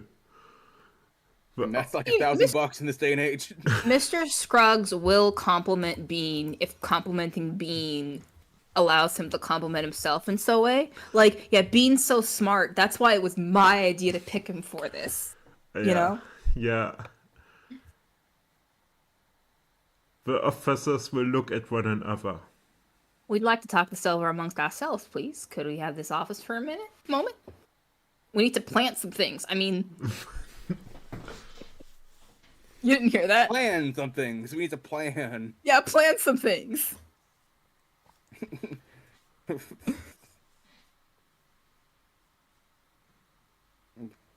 Come on, Bean. Let's go get a drink. I love you, son. Mr. Scruggs will take me by the arm and we'll walk out into the other office and then down the hall. You get them, boy. They've got a lot more work to do before they take anyone to jail. I'll give your mother a call and tell her to go on home. After all. Sorry, I didn't see that part in the page. I'd appreciate that, I'll say. He will take me into the faculty lounge and point me to an easy chair. He will dig in his pocket for change and get us some cold drinks out of the pop machine. Sorry, wait a minute, hang on. I'm gonna have you talk to me that. Call him. Hang on a second. Is this part Fantasy. of the page? I'm trying to figure out where it is in the book. I'm not seeing. It's page 56. I appreciate that. I'll say. Drink deep, Bean. He'll say, you deserve. Bean? Hey, wake up. What? Someone was shaking me. I said Holy- wake up. The bell rang. The whole class is gone. Get out of here. I want to go home. It was Mr. Kramer. Holy shit. I just looked over the book. I realized why the fuck I was so confused here. This whole kind of dream sequence, in the original book, it ended after he said, I have my rights. What? Yes. This whole thing, yeah. Are you sure that, like, all your pages are present? Like, there's nothing ripped out? Like, you got it secondhand. It's literally on the same page. Literally on the same page. Oh, the paragraph 2 is like, but I'm not about to let them take my way to jail, blah, blah, blah, blah, blah. Then ellipses, Bean, hey, wake up. He added all this in post. Must be a different edition. That's weird. Anyway, that's odd. Yeah, if Dick Bohrer can edit his published books, you can edit your fanfics. Calling you out, fanfic authors.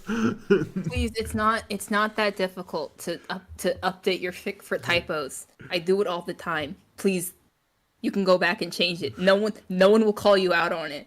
Holy balls! This isn't. I stood up.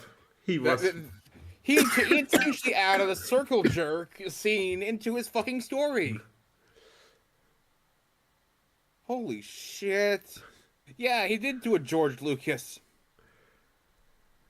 He was right. The room was empty. I looked at the door for the police, but no one was there. I picked up my books. And Bean, the police told you to meet them in Mr. Scruggs' office. Of course they are not at the door of the classroom. Beans had a very long day. Yeah, I guess that's fair. I can't really blame him for that. I'm sorry, Mr. Kramer. I've been under a lot of pressure lately. Yeah, literally. I heard that dude fell on you. I've heard about it, Bean. I'll be rooting for you.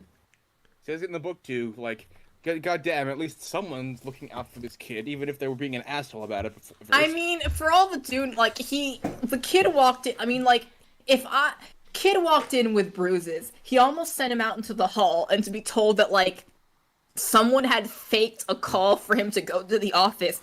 Like I would be like, hey, dude, are you good? Because I'm like, oh, if this kid gets injured and there are witnesses to me, I could get sued. Holy shit. I got my books, closed the locker, and headed out for my bike. I figured if the police weren't there, they didn't want me or need me. I might as well go home. They knew where I lived. They probably had gotten some new evidence from Mr. Scruggs that they were following up on. There was only a scattering of kids around the school. I wrote out... said anything about like the weird thing with the lemonade, like how like he was like, "Hey, take this," and then like someone tripped him and he fell on the ground. Like, why hasn't he looked into this? I wrote out the yard. I never in a million years would have thought that I'd be going home free after all had been through. I was so sure I was going to jail. Lord, I appreciate what you did for me, I prayed. I know you're watching over me, but we are not home yet. I sure need... Someone grabbed my handlebars. I looked up. Kids were pouring out from all around. I'd ridden into a trap. I looked at the guy who was holding my handlebars. It was Grunt. So the unfortunate thing for Beanie is the thing that you may think, oh, Beanie, God hates him. But no, the thing is, Beanie is in fact one of God's favorites. It's just unfortunate because do you know who else was one of God's favorites? Job. And we all know how that went. Hypothetically. Like, thank you, Job. You... poor Job. Alright, moving on. Chapter 14. Yeah. Let's fucking go. Chapter 14. 9th grade against the world. What do you want, Grunt? He shoved me. I hopped on one foot so I wouldn't fall. Keep your hands off me, Grunt. What did I ever do to you?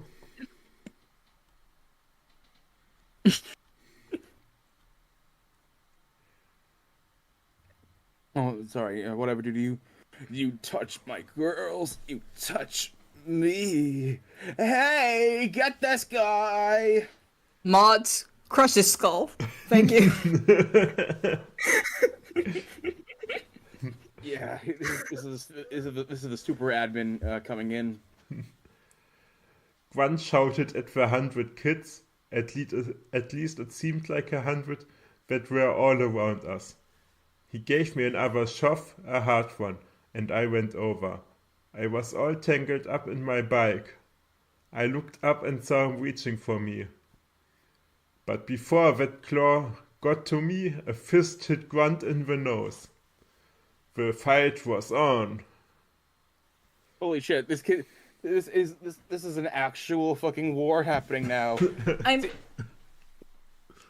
mean, like, principal here, you're responsible for this on some level. I mean, like, if I'm like the one thing to like, haha, like, kid, we don't like getting attacked, but like at a certain point, you've got like Grunt has probably been talking all day, like, oh shoot, Grunt might actually kill this kid. Like, even if you don't like a guy, you don't want like to see him die, you know? There's a certain rhythm to these things, man. All right, let's keep going. My friend from 9th grade had come to my rescue. You should have heard the yelling. Everybody was beating on everybody else. The minute you knocked one guy down, you turned and jumped on someone else. I got out of my bike and ran after Grant, but 6 other 9th graders were on top of him. Everywhere I turned there was fighting and noise. People had stopped their cars and were honking their horns. People we didn't know were shouting and running towards us to break up the fights. The only people who weren't involved in the fight were there was this guy, he was dressed in blue, and like he was riding his bike, and he was being like followed by like 3 guys in red and white and black that weren't on their bikes but were somehow like keeping up with him and like hurling their textbooks after it. And I looked at the blue guy and I thought, well, that guy sure looks funny and smart and respectful. And like he well.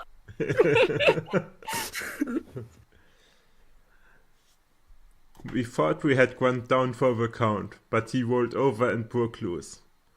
That guy has the strength of a bull. He looked over and saw my bike on the street where I left it. And before I could stop him, he was jumping up and down on it, breaking the spokes and bending the frame. What the fuck? Are you... Just what the fuck is... Keep going. Hey, get off my bike, I shouted, running toward him. And then we heard the sirens. Boy, if you want to see 100 guys scatter in seconds, Grunt included, call in the police. Talk about a desert island. I was left standing alone in the middle of the street with my bike in pieces on the pavement. My nose was bleeding and my hair and clothes were mussed up. Where could I go? The police car weaved around cars and stopped on both sides of the street and came to a halt right in front of me. Told to be in the principal's office at 3. The officer shouted at me. What are you, some kind of drug lord? Jesus. He was mad. He got out of his car and threw open his trunk lid. He scooped up what was left of my bag and threw it in. And then he threw me in after it.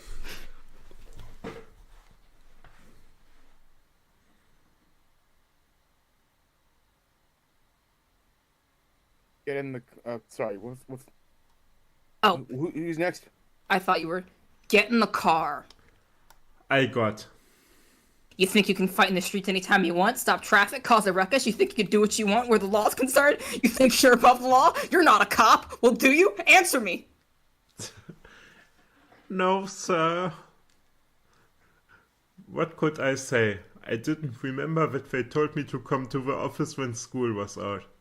You know, this book has like a pretty strong like anti-cop stance from like for it being like a work of Christian literature and like from 1991. Then again, I think that like the conservative view of like police like is a lot less we gotta always back the boys in blue in a pre 9/11 world. So I don't know. Maybe this isn't as unusual as I think it is.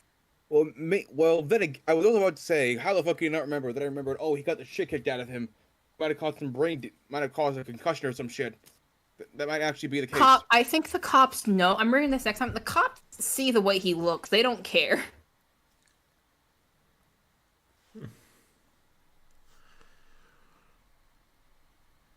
What could I say? I didn't Oh, wait, sorry.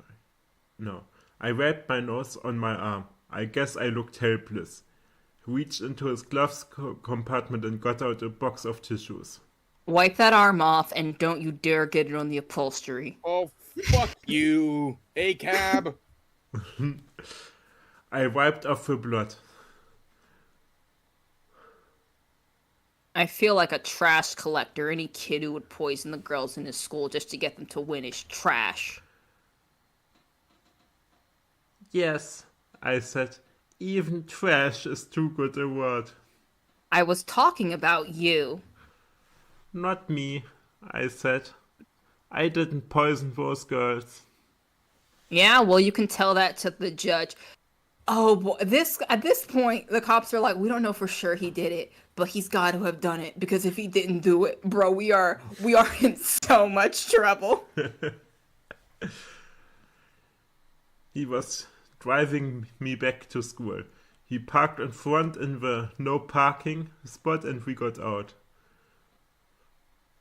The secretary was still in Mr. Scruggs' office. She looked at the clock as we came in the door. The officer grabbed me by the shoulder and walked me right into Mr. Scruggs. I found him gang fighting in the street. They weren't my gang, I snapped. Who were they, Bean? Mr. Scruggs asked. Grunt. Why Grunt? He thinks I drugged the girls. He calls them his girls. Why weren't you here at 3 as you were told? I thought the cops, the pigs, the officers, sorry, we were going to come to my room to pick me up. When they didn't come, I thought they probably had found the guy that really put the drugs in the juice. I knew I didn't. Oh, this is just not. This guy just doesn't proofread at all. A few lines ago, he said he forgot. Now he's just saying he figured.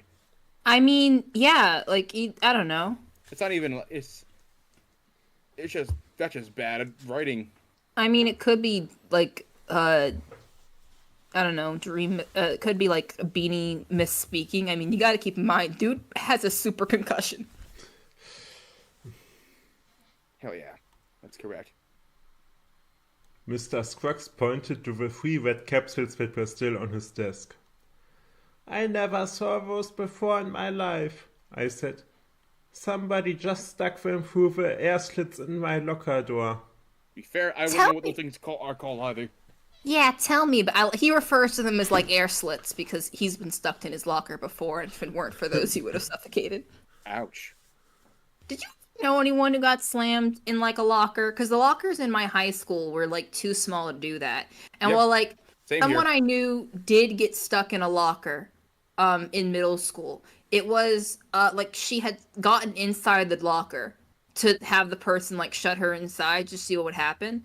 But either they had the wrong, it was like because it was a small school and nobody cared, it was really common for people to like leave their lockers like half open, like and not close it all the way because like no one's gonna steal your stuff.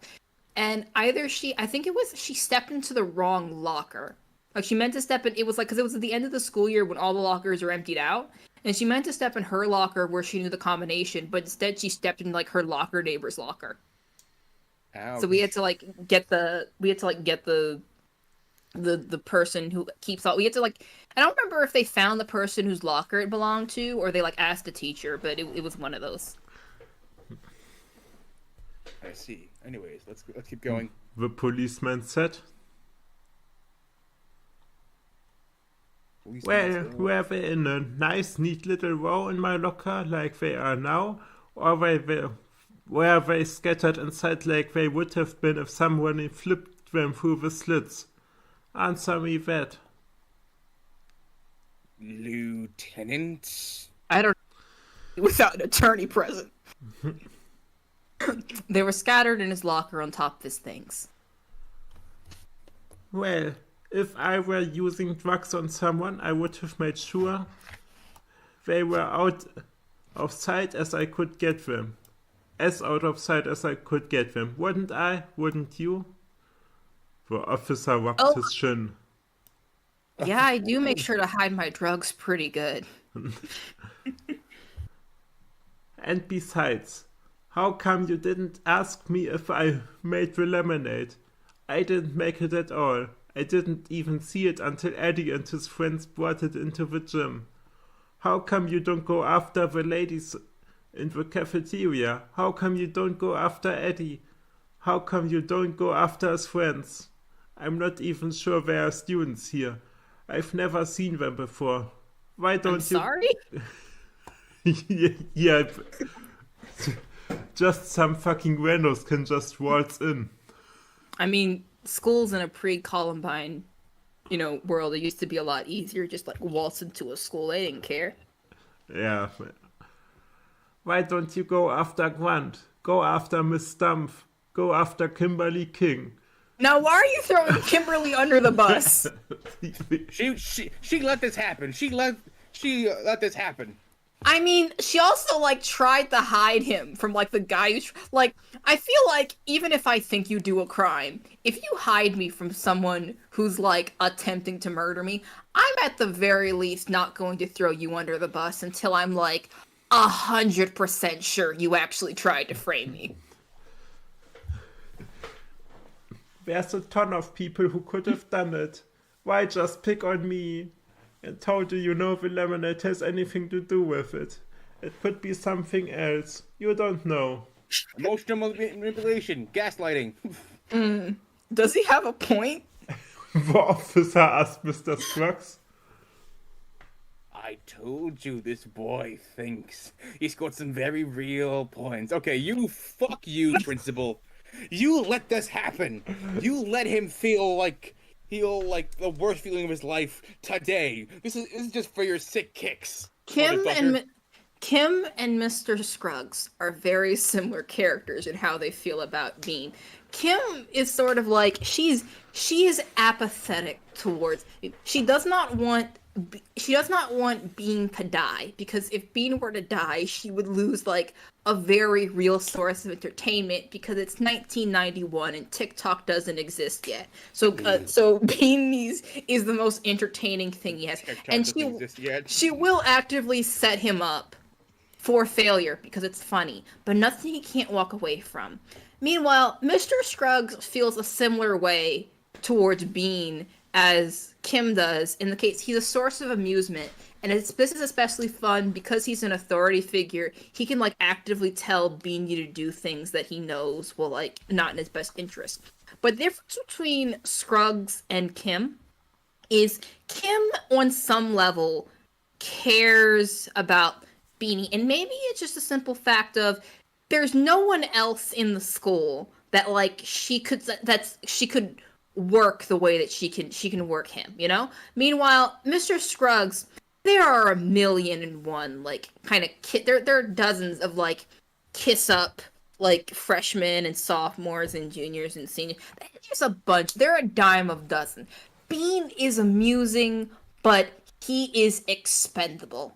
If Bean were to die or disappear, there will always be another Beanpole Spencer. He's expendable? He does not. Both Stumpf. One thing is both Stumpf and Kim see Bean as their amusing little jester. The difference is Kim would prefer that Bean stays alive. Stumpf just doesn't care. He is completely apathetic to Bean's continued existence.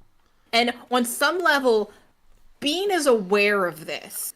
But because Bean sort of has a need to have authority figures like him, he tries to tolerate this in hopes that maybe one day Mr. Scruggs will see him as amusing and not expendable. But that's never going to happen because he's not the first person to try to it's not the first time a kiss up has tried to be seen as more than just a brief amusement. It hasn't worked before, and it's not going to work now. Yeah, I need to sit down. I need a break. Holy shit. Yeah, we are almost done for today. No, I mean for her fucking her thesis statement. Holy my shit. my deranged character analysis. I always channel bring out the Pepe Sylvia whenever I talk about this. Well, this whole box is Pepe Sylvia. I heard somewhere that apparently Pepe Sylvia is him misreading Pennsylvania. Yeah, I have to believe that too. Pepe Sylvia. This whole box is Pepe Sylvia. Metroidvania is a portmanteau word out of Metroid in Pennsylvania. Very true. Well, we better look into them one by one. No, I said. You tried to lynch me. Fuck you. Yeah. You're just going to pick someone else to frame. You I are do not trust you. You are wrong, officer, sir. He raised an eyebrow. Wrong. Are you questioning my authority? Oh, wait. If I might quote Eric Andre, this is a system invented by rich, white, Christian, heterosexual businessmen, and if you don't match that description, then it is my job to subjugate and oppress you, motherfucker, for I am your judge, jury, and executioner. Mr. Spencer, there's a lot of crimes that have been committed. Crimes that I need to pin on someone. Yeah, you are not the one to do it. Oh? No, you scare people. We don't know you. There's no way you'll get anybody here to confess to you. And you Yeah. suggest...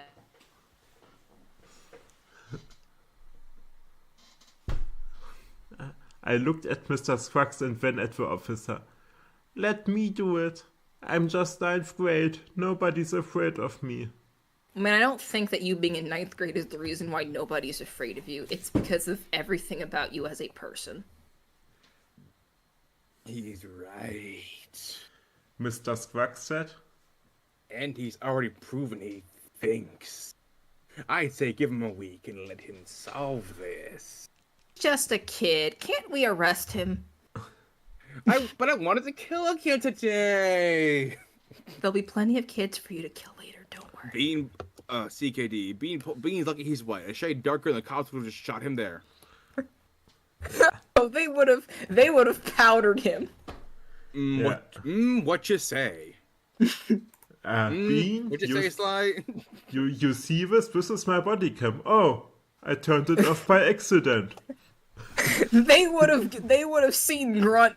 They would have seen Grunt clobbering and be like, "Hey, are you interested in the police academy? How would you like a career in law enforcement?" But he's done more thinking here than we adults have. Oh my god. Fan theory. He actually is Palpatine. This is him gaining power by discrediting the police. It's a slow burn, but Bean is a useful idiot he needs to become the overlord of this. It's not that small he's a town. useful idiot. It's that he's amusing. Like I said, he sees because Bean he has seen a whole lot of stuff that if he just said it, there would be other suspicion. But he's not saying it because that might end the show too early. If he says, "Look into these other people," well, they'll stop harassing Beanie, and that just wouldn't be fun, would it? He likes the fact that Bean looks to him for help, and he gives it occasionally because he knows if he never gave Bean the help that he needs, then Bean would stop looking to him for help, and so he would run out of chances to disappoint him. Okay. He's done. I'd say give him a try. And you guys need to stay away, I said. We don't want anybody to think the police are still in on this. I'm just imagining Bean, he's 3 feet tall, saying this I've got this, coppers. Just trying to puff out his chest, but it's only a millimeter thicker. Oh, just one more thing.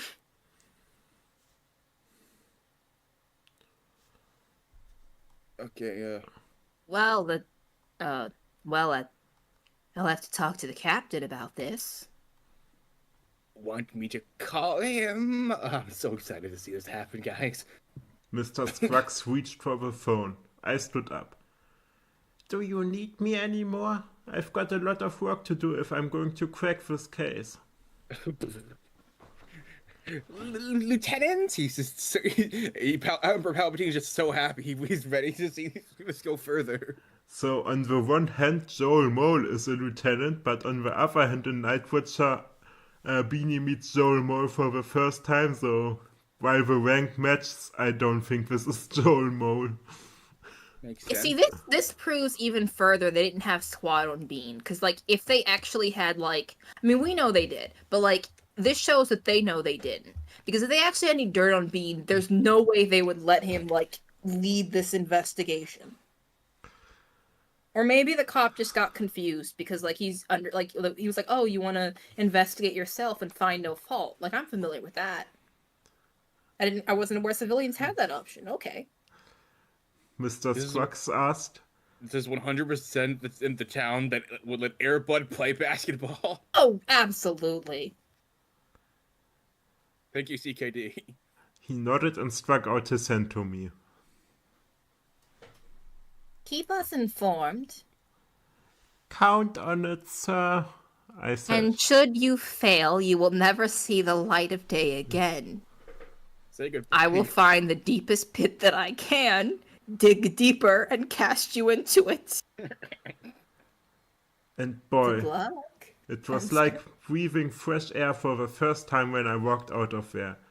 I didn't know what I'd do, but I knew I had a lot of thinking ahead of me.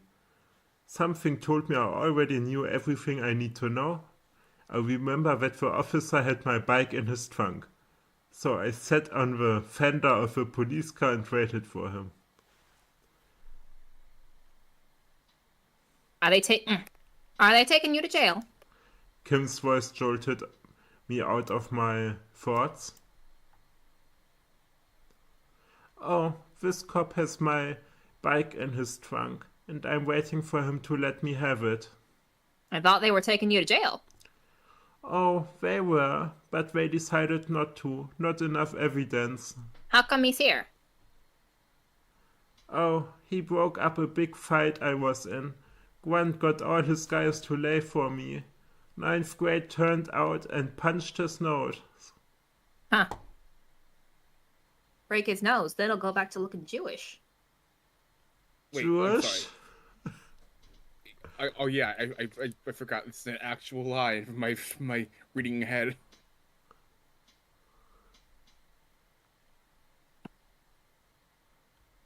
Jewish? Yeah, Oh, yeah. Yeah, Grunstein, that's Jewish. Abraham Grunstein. He's clearly learned naming from the J.K. Rowling school of naming characters. Gonna name my Christian characters a Christian cross. He's Jewish. What's so wrong with that? I'm going to name my... No. I was about You to look make an surprised. offensive... I was about to make an offensive joke involving like... Glad you stopped. Yeah. I was about to do that, and I'm like, no. Glad you stopped. No, let's not do that. You look surprised. I've just never seen a Jew before. Yeah, sure you have. I'm Jewish. You are? Sure. King is Jewish? Sure it's Jewish. Why isn't it Jewish? What's your last name? I bet it could be Jewish too.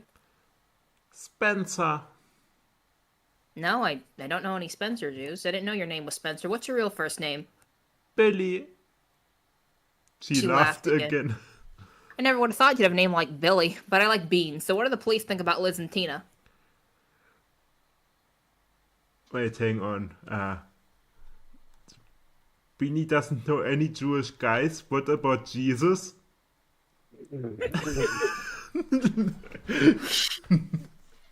ever heard of Jesus Christ? You think his religion was Christianity? I was trying to make a Christian joke, but no, I couldn't think of one.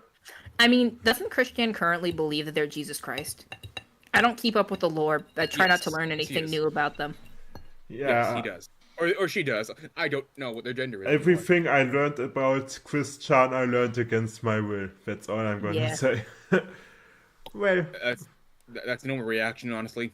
Well, they talked to Mr. Scruggs. They are pretty satisfied. It's just school business. They are going to let him look into things. Here he comes now. I stood back as the lieutenant came up. My bike, I said. He opened the trunk and lifted my wrecked bike out. No. Not much left, is there? Kim's such a dick. She's such a great character. Kim's my favorite character in this book, I've decided. Well, there was the school nurse in the last stream. Yeah, but Kim is my favorite. Kim is my I like Kim is a well written character, which considering she is a girl and written by Dick Bohrer, it's like actually no. Come to think of it, as much as like Dick Bohrer does, he's not. I've seen authors that are a lot worse at writing like interesting like it's not it's a Dick Bohrer book, so the characters aren't going to get that interesting, but like the female characters for the most part have like about the same level of like depth put into them as like male characters, which I like. That's something that's like one sort of thing I have to give Dick Bohrer credit for, because you sometimes don't see that. Yeah, that's fair. Yeah. I turned to Kim. Grant was jumping up and down on it. You'd almost think he was mad at me for something. Make him pay. The officer said. You I better... have some drugs if you want to plant them in his locker. Hell yeah, brother, let's do this. You better believe it, I said. In more ways than one. Well, let me know if I can help any. I've got cocaine. I've got weed. I've got Feeling heroin. weed, coke, I've crack, your got choice. LSD. I've got a little. I can get a hold of some PCP if you give me some time. Just whatever you want to plant in his locker at any place you want to plant it. Just call me up, and I'll be right there. But it didn't work last time. Why would it work now? Well, that was my boss. He's an amateur at this. He's new to the whole thing. Your boss new to corruption, sir? This type of corruption. He normally specializes in embezzlement. Will do. He got in and drove off. So, well, how will you? Kim said. Will I what? Make Grump pay. You like Grant, don't you? Me? What makes you say that? You only like Eddie because he's so close. Because he's close to Grant. You sit near Eddie at games because Eddie is sitting next to Grant. You wouldn't be able to sit so close unless people thought you were with Eddie. I dropped Eddie.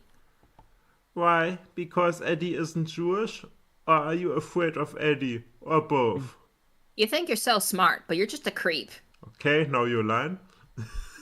You think you're so smart, but you're just a creep. She turned and walked away. I may be a creep, Kimberly, but I listen and I watch. I night watch, you could say. And I remember. She didn't answer. She just walked faster. Walk fast, Kimberly, but watch you don't trip. I called after her as I watched her go, and then I laughed to myself. Lady, you already have. This is how you talk to a girl that, like, hid you from a guy that was actively trying to murder you. Like, I don't care what my opinion of, like, a person is beforehand. If someone hides me from someone who, like, has attacked me and is actively trying to kill me, like, that's not how you talk to that kind of person. Beanie, actually, I'm going right back to it. Beanie sucks. Maybe he doesn't deserve everything he gets up to, but, like, he deserves some of it. Yes. Maybe Dick Bohrer flip-flops. He makes us hate Beanie, then he makes us feel pity for Beanie, and now he's back to making us hate Beanie. Yep, he's truly a master of emotional tug-of-war. Alright, well, that's the stream. This was quite a journey. Yeah, it gets worse. I can imagine. Whew. Yes, we are 2/3 done, and yeah, I haven't read ahead yet, but I'm pretty sure it will get crazy in the next chapters, because it's Dick Bohrer and we are way into this book. It's gonna get crazy. Oh yeah. Let's get ready for it, folks. But in the meantime, what else do we have to say before we say bye to these fine folks?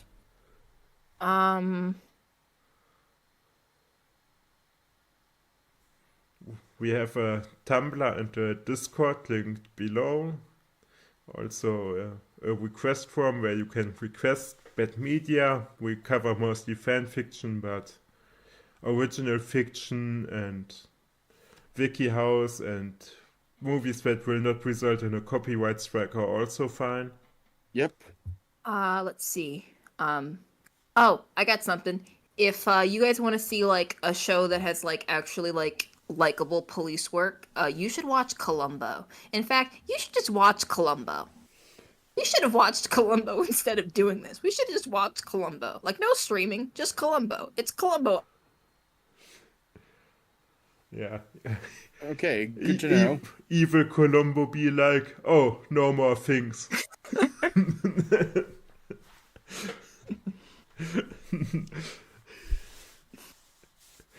Okay, well, and remember, folks, if you do not like, do not read, because God Make us do damn it, it's our job. Yeah.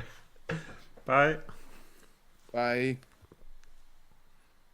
Bye.